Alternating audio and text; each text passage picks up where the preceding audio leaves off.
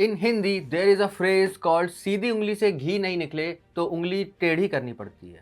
It roughly translates to when enemy is not ready to accept straightforward terms, then you have to beat them in their own game. India did just that to China in Hambantota. Hi and welcome to TFI English, the national socio-political analysis arm of the TFI Media Group. I am your host Piyush, and if you are watching us on Facebook, give our page a like, and if you are watching us on YouTube, like the video and subscribe to the channel. Coming back to the story, in this video, I am here to tell you about India's response to the Chinese docking in Hambantota. According to a report by Kerala Kaumudi, a 111-year-old Malayali newspaper, the Chinese spy ship could not rake up an iota of information about India's strategic locations. Apparently, India's distrust in the Chinese claim that Yuan Wang 5 is a research vessel paid off. Our security agencies shielded our assets from Chinese signals, and India used its scientific capability to make it possible. India, in fact, reverse monitored the Chinese ship, which was deployed to monitor India for a week. For this purpose, India deployed GSAT-7 satellite named Angry Bird, RESAT, EMISAT spy satellite, and Navy's communication warship.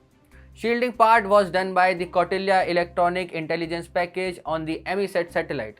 Moreover, it also intercepted the massive antennas, radars, sensors, data absorbing systems, and surveillance on board the Chinese ship. The Angry Bird was used for catching the ultra high frequency waves.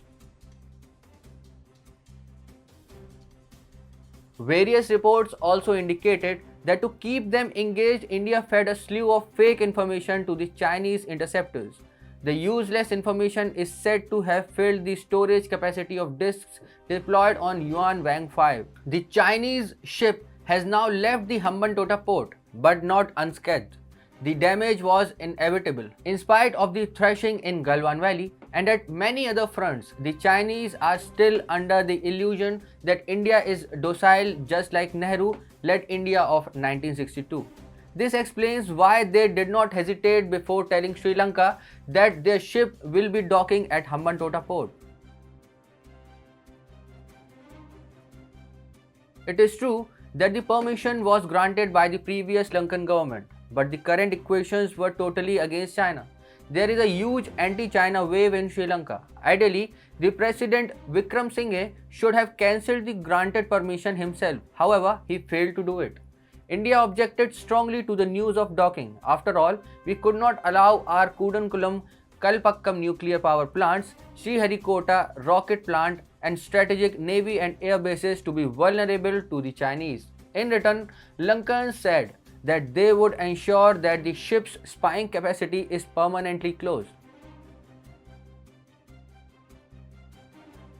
But the fact of the matter is that Lanka neither has the political will nor does it have the military might to do so. So, India pushed more, and the Sri Lankans wrote to the Chinese appealing to cancel their plans. Jinping, already humiliated by Nancy Pelosi, did not buzz and only changed the dates of docking of the ship. The spy ship was originally planned to dock at the Hambantota on 11th August. The plan was now postponed to 16th of August. Now, India does not involve in bro-beating like China does to its minnow neighbors. So it decided to make its own arrangements and beat China in the technical domain. Effectively, India told them that you want to spy on us, please do, and take out every megabyte of information. The Chinese ship obliged, and only to find out that the information was worthless scrap. It is like children writing songs in their answer sheets to invigilators. The Chinese were fooled, and that too on a massive scale.